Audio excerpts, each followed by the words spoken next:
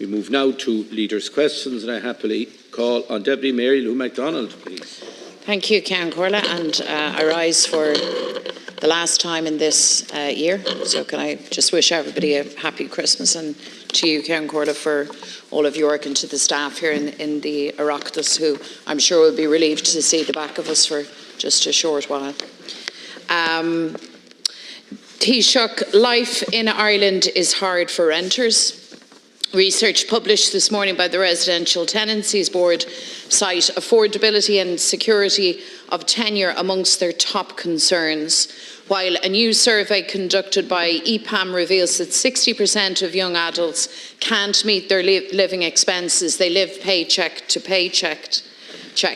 And against this backdrop of insecurity, the homelessness crisis has never been worse. More than 4,000 children will wake up on Christmas morning in a hub, a hostel, or a bed and breakfast. For many of these children, it'll be their third or even fourth visit from Santa in emergency accommodation. No child or family should spend Christmas this way. Each child deserves a place they call home. Sinn Féin's bill to be voted on in the Dáil tonight would reintroduce the government's ban on a no-fault eviction immediately and last until the end of March. It would protect workers and families from being evicted when they have done nothing wrong. And remember, Taoiseach, that more than 80% of eviction notices are issued to people and families who have done nothing wrong, who have paid their rent, who've looked after their homes, but still get the devastating news that they're to be evicted. And let me share the stories of just some of these families. Lily and her 5-year-old daughter face eviction from their home on New Year's Day. This little girl goes on Christmas holidays from school next week, not knowing if she'll be back with her class in January or where she'll be living. Barry, Emer and their new baby face eviction. Emer says the experience has taken a serious toll on their mental health and has left Barry, who's a hard-working, committed frontline worker, feeling defeated as a father. They both feel betrayed as working, tax-paying citizens. Louise and her 4 children have lived in their rental home for over 10 years. Louise has been served with an eviction notice for January.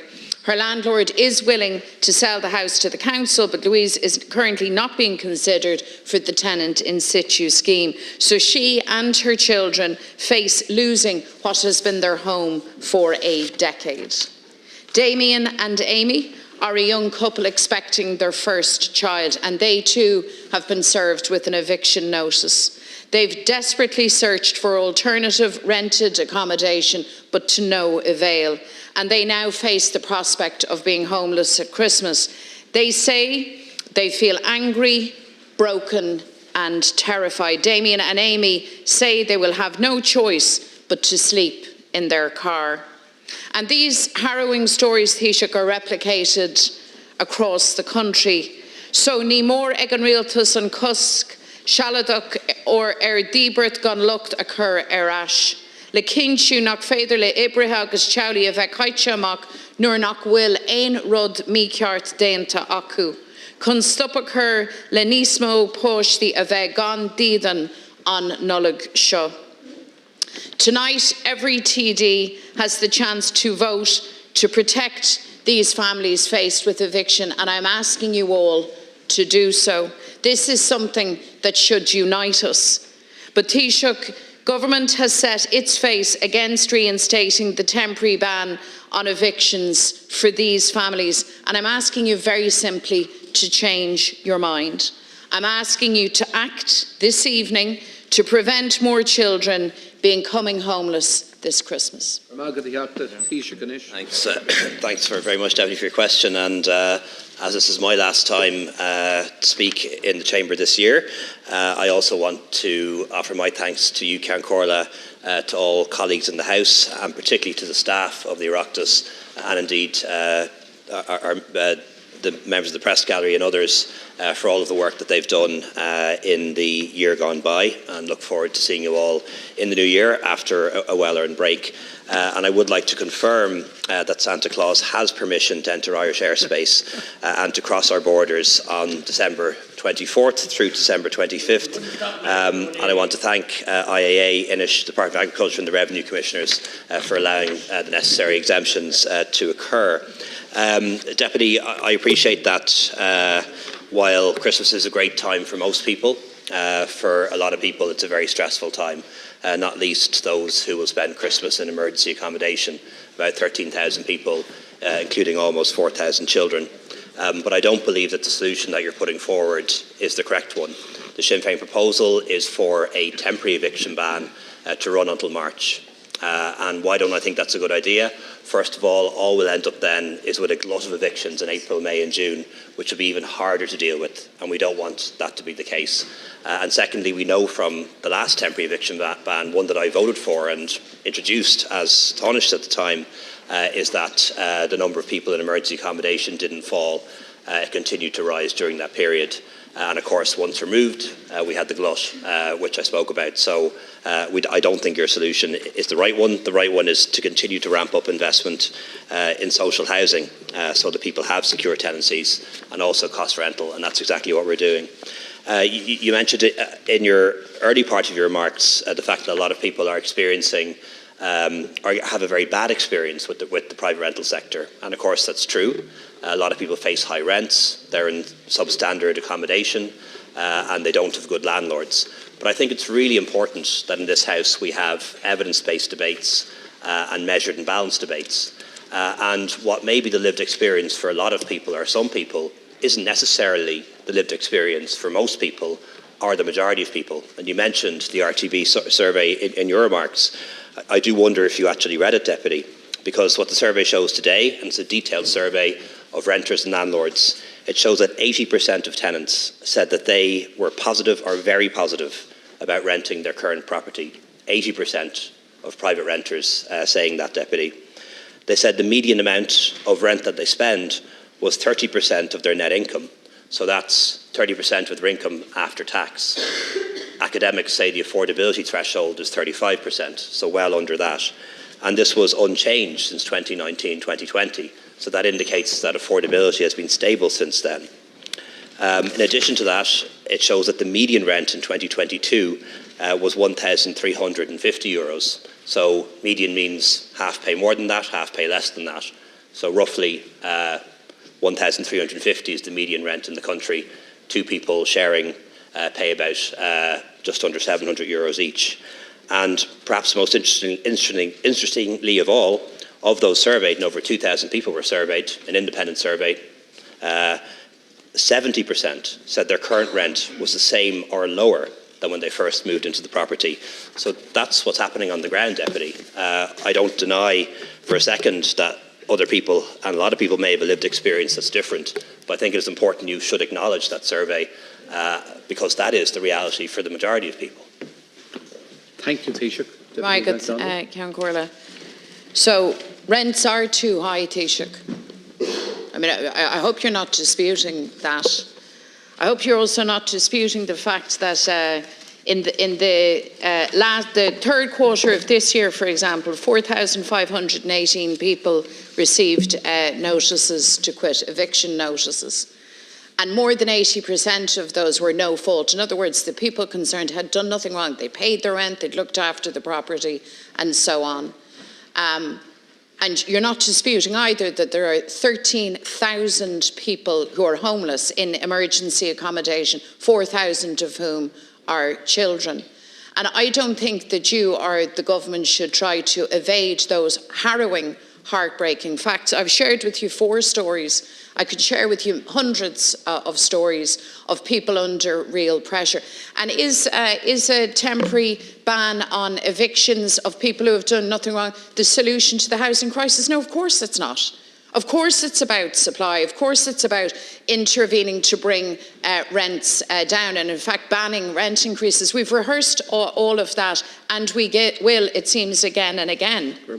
But for families facing eviction now, and particularly at this time of the year, at Christmas time, it is a solution for them, for the government to intervene and protect them, and to ensure that they will not present, as hundreds do every single month. In October, it was what? I have the number here, 352 in October.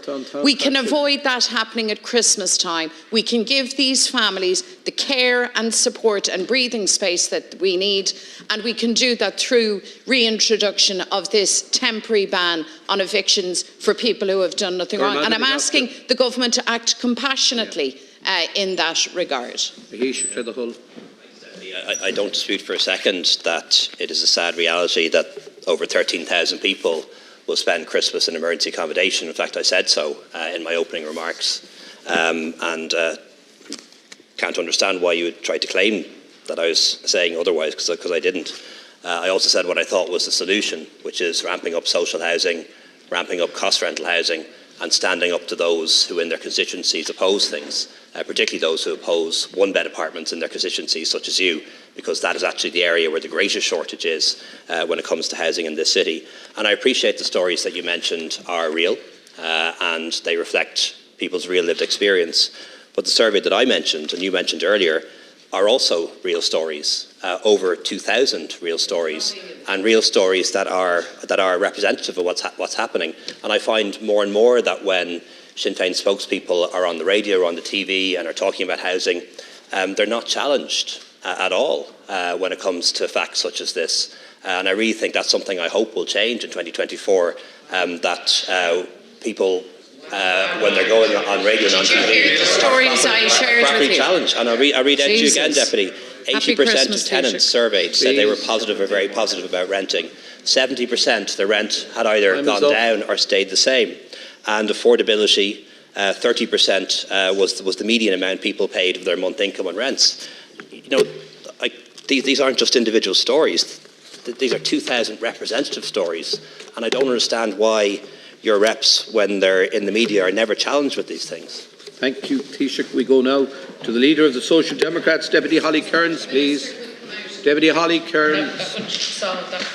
Deputy Holly Kearns. Taoiseach, I've run out of words to describe the horror being inflicted in Gaza by Israel. I've run out of words to describe how cruel it is. Israel's stated aim is the elimination of Hamas, but its relentless and indiscriminate attacks don't discern between innocent people and Hamas fighters. More than 18,000 people have now been slaughtered, 75% of them women and children. I want to read into the record of this House a recent report from journalist Belle True on the scenes inside the European hospital in Khan Yunis. A badly burned toddler screaming for the mother he doesn't know is dead, and screaming because doctors don't have enough painkillers to relieve his suffering. An 8-year-old boy whose brain is exposed as bombing damaged parts of his skull. A teenage girl, her eye surgically removed because every bone in her face is smashed. A 3-year-old double amputee whose severed limbs are laid out in a pink box beside him. Taoiseach, none of us can say we didn't know what was happening. I don't know how the leaders of self-professed civilised countries who have abstained or voted against a ceasefire in the UN can live with their decisions. They have the blood of thousands of innocent people on their hands. Taoiseach, 4 weeks ago, when I asked you to push for trade sanctions against Israel at EU level, you told me then that you would seek legal advice. Every week since then, you said that you didn't have that advice yet.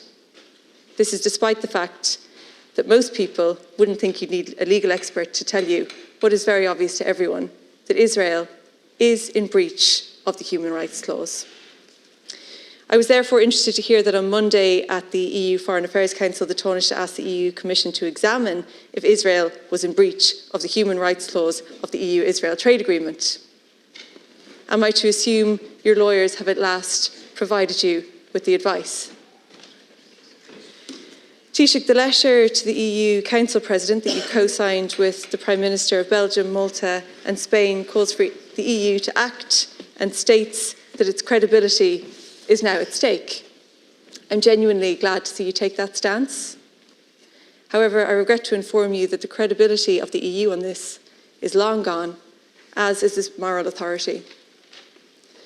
Taoiseach, can you clarify if you've received the legal advice you promised to get 4 weeks ago? And is it now the position of the Irish government that multilateral trade sanctions at EU level should be imposed on Israel? Thank you, Deputy Kearns. Taoiseach, please. Thanks very much, Deputy. The current situation in Gaza is intolerable. It's unacceptable to us. Over 18,000 people killed so far, many of them children. The majority of the population of Gaza, about 2 million people displaced. The death toll is shocking, and the relentless bombings and killing of innocent civilians must end. That's why I'll be making the case, and will continue to make the case in Brussels and elsewhere, for an immediate and lasting ceasefire, so the humanitarian aid can get into Gaza, so that hostages can be released, so that people who want to leave, citizens of third countries, are able to do so. And I'll continue to make the case that Europe needs to change its position in relation to Israel and Palestine, to be less passive, and to push and demand for a two-state solution in the way that we haven't done in the past. And I'll be making that case strongly with colleagues on Thursday and Friday. In relation to trade matters, the political and legal advice is clear, Deputy, that trade is an exclusive competence of the European Union, and decisions made in relation to trade and sanctions can only be made on the basis of consensus or unanimity. So long as there is even one or even two EU countries that don't want to impose trade sanctions, it's not open to us to do so. And that is the clear political fact for anyone who reads the treaties, and also the legal advice for anyone who wishes to interrogate it. In terms of the UN vote yesterday, I do believe it is significant, and we welcome it. Nearly 200 countries in the world, over 150 voting for a ceasefire yesterday in New York. Only 10 countries now siding with Israel. And what we're seeing unfolding in Gaza is an absolute disaster for the Palestinian people. And they are experiencing such terrible suffering. And I don't mean the mass terrorists, I mean the civilians. And the majority of people being killed are civilians, and the majority of them are women and children. I also think it's a disaster for Israel. Because this will not bring them security. It won't bring them peace. And they are very quickly losing support and sympathy all around the world. Even their closest ally, the United States, I believe, is beginning to have second thoughts about what they're seeing unfolding in Gaza. And that is a strategic disaster for Israel, in my view. They're making a huge mistake. It's not just about the humanitarian suffering that's being imposed on people in Palestine. What the Israeli government is doing is jeopardising the long-term and medium-term security of the Israeli people. Deputy Kearns. Taoiseach, week after week, when I ask you these questions, you over and over again explain to me what multilateral sanctions are and why they're the only effective form of sanction. For a month now, I've been calling for those sanctions. EU sanctions are multilateral ones. So there's no need for you to come in every single week to try to explain to me over and over again what they are. That is what I'm calling for. Not only is it somewhat patronising, it's also a waste of time. And most of all, you then don't answer the question. I'll ask you again, did you get the legal advice on the human rights clause in the EU-Israel trade agreement that you said you would get 4 weeks ago? Thanks, Deputy. The answer is yes. The legal advice is that trade is an EU competence, that suspending the EU-Israel Association Agreement and imposing any form of trade sanctions can only be done on a Europe-wide basis, and that requires consensus or unanimity, all 27 member states. That is the position. That's a political fact. It's also the legal advice, Deputy, and I'm happy to clarify that. Again, I think in this chamber, not sure quite how many times I have now. We do believe that the time has come for sanctions to be taken with regards to activities, particularly in the West Bank. The Taoiseach has been liaising with a number of other member states in regard to this. One thing we want to do, and work is being done on this, is to impose restrictions and travel bans particularly on Israeli settlers, those who are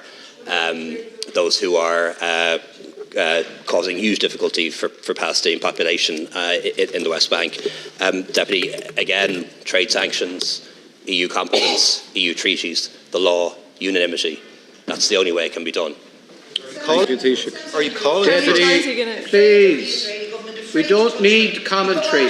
We don't. Sorry, Deputy Smith, you're out of order. Deputy Peadar Tóibín, please. Account Corlia, over 700 people have been murdered by the British Army, their loyalist death squads in Ireland during the Troubles.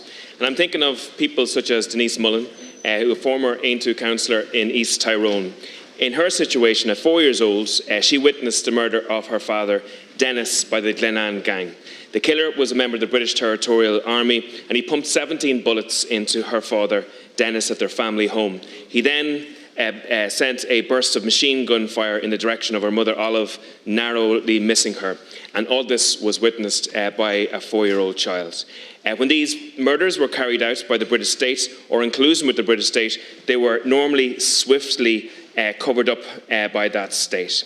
It's a credible situation that cover-up heaped massive misery on the families and survivors of those horrific killings. Indeed, the British often used smears to cast on the victims themselves to claim that they were responsible for their own deaths. This year, the Tory government passed the Legacy Bill through the British Houses of Parliament. And that act is the son and heir of many years of British cover-up in the north of Ireland. The Legacy Act is designed to allow the British military get away with murder. It slammed the door on the tortuous campaigns by many families for truth and justice. The Legacy Act was a unilateral act by the British government. It gives the two fingers to your government. It gives the two fingers to the rule of law, to every single victim of the British government, and to every single political party on the island of Ireland. It drives a coach and four through the Good Friday Agreement. Now, society in the north at the moment is in freefall. The democratic institutions have been gutted by the undemocratic Unionist Party boycott. And democratic institutions are not just ornaments, Taoiseach. They're not ornaments at all. They are actually a human right. And they have been denied, I believe, to the Irish people in the north of Ireland by a disinterested Tory government and by a disinterested Southern administration. And all of this has led to significant corrosion of public services in the north as budgets for health, education, housing and transport have been frozen. Now, the government is a co-guarantor of the Good Friday Agreement, but the government is not co-guaranteeing anything at the moment. The Tories have reduced this government to bystanders on key aspects of the Good Friday Agreement, and I'm not sure if the government even has the self-awareness to recognise that at the moment. But the only way that we can put a stop to the Legacy Bill is for this government to bring the British government to the European Court of Human Rights. This case has to be taken before January 18. There are 36 days for this government to take this case. Now, for the last number of weeks and months, the government has been making excuses in relation to this, but the Christmas holidays are going to take at least 14 days out of that 36 days. You have literally 3 weeks to make a decision on this. Will you stand by the rule of law? Will you stand by those victims? And will you declare today that the Irish government will take the British government to the European Court of Human Rights? Thank you, Deputy. Thanks very much, Deputy, for raising this important issue. And you're right to remember and recall the 700 people who were killed by the British Army in Northern Ireland, and indeed people who were killed by loyalist terrorists. But I want to be very clear, legacy should not be seen as a sectarian issue, because it's not. And it shouldn't be couched in the terms of orange and green or unionist versus nationalist. Let's not forget that nearly 3,000 people were killed by Republican terrorists in Northern Ireland, IRA, INLA, including the last member of the Oireachtas to be killed, and that was a member of my party, Senator Billy Fox. And that's why unionist people and unionist parties are also against the Legacy Act, because they don't believe that these people should be allowed off the hook, and they believe that if war crimes were committed in Northern Ireland or in this state, those war crimes should be prosecuted and those criminals punished, not honoured. In relation to the Legacy Act, and we will make a decision on this before the deadline in mid-January, the government and all the main parties in Northern Ireland, victims and their representatives, church leaders and civic society have been consistently opposed to the legislation since it was first introduced. We are aware that many have called for us to initiate an interstate case, before the European Court for Human Rights in relation to the Northern Ireland Legacy Act. The Government has received detailed and comprehensive legal advice from the Attorney-General, which is an essential contribution to our consideration of the next steps. We're fully aware that the initiation of an interstate case would be a significant step that would have to be done on solid grounds. The Government is fully aware of the relevant timelines, which you've mentioned, and that we need to take a timely decision on this matter before this House resumes in the new year. We'll continue to be guided by the best interests of victims and their families. It has been suggested that there is no alternative to the Legacy Act. However, this ignores the 2014 Stormont House Agreement, which would have established a legacy framework supported by the Irish and British Government, the main parties in Northern Ireland, and with the exception of one, and civil society.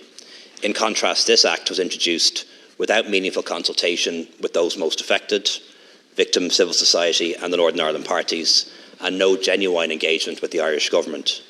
This is very much out of keeping with the spirit of partnership that we believe underpins the Good Friday Agreement. Tóibín.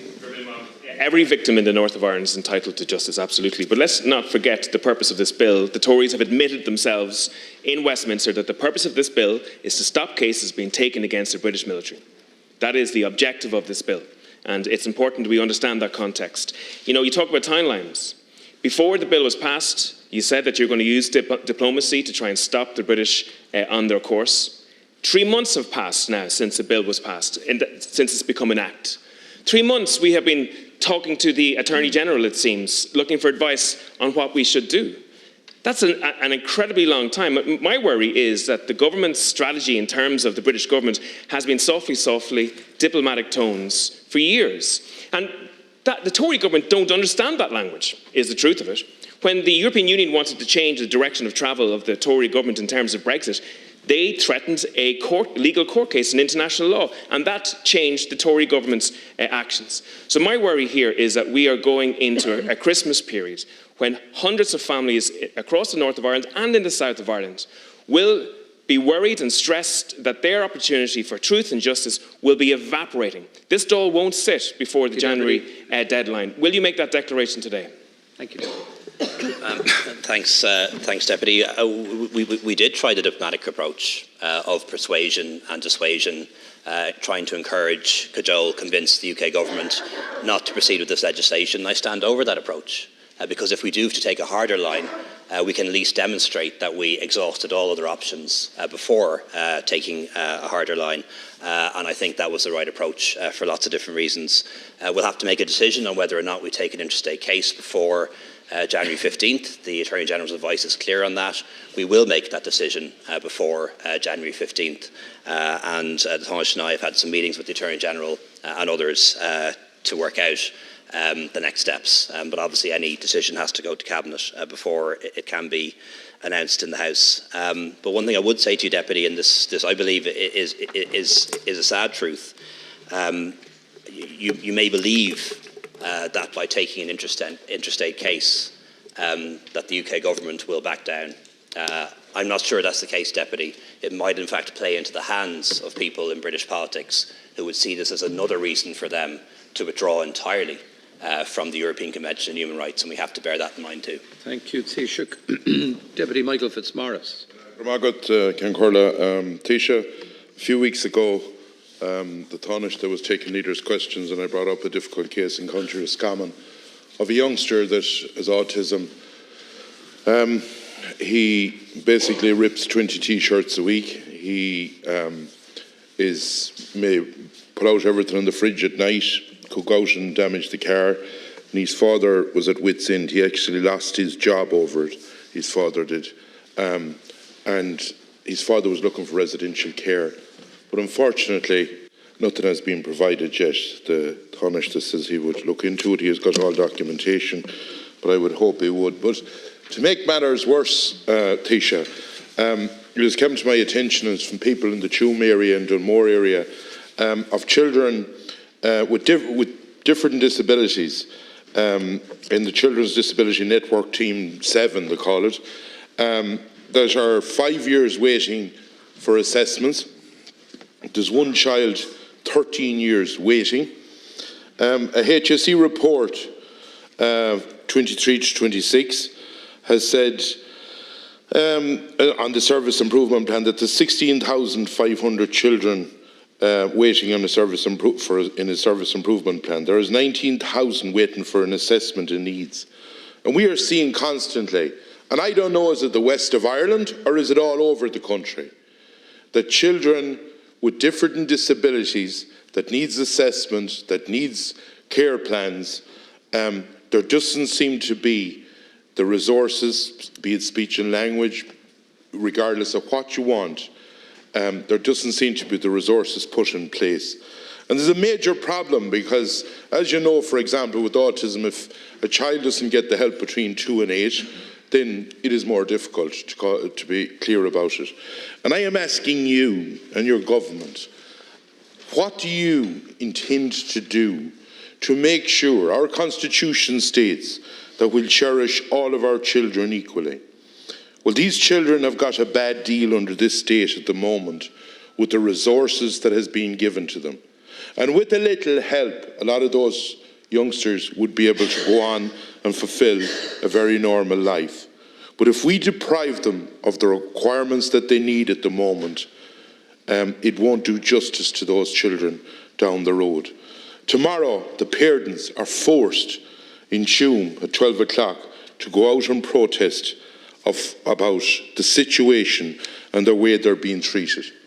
And I am asking you, what will this government do to help those children, those families, because these are mothers and fathers that every day work with their children, want to do the best for them. And I am saying, what will the state do to help those mothers and fathers, and especially those children? Thank you, Deputy Taoiseach. Thanks very much, Deputy. And I'm afraid to say that this is a problem all over the country. And I think all of us have had this experience in representing our constituents, meeting parents whose children are waiting far too long for the assessments that they need, and then after that, the therapies that they need. It might vary from area to area or CHO to CHO, but it is a problem across the country and has been for quite some time now. And there are a number of aspects to it. One part of it is the difficulty in recruiting sufficient skilled staff to meet the enormous need that exists.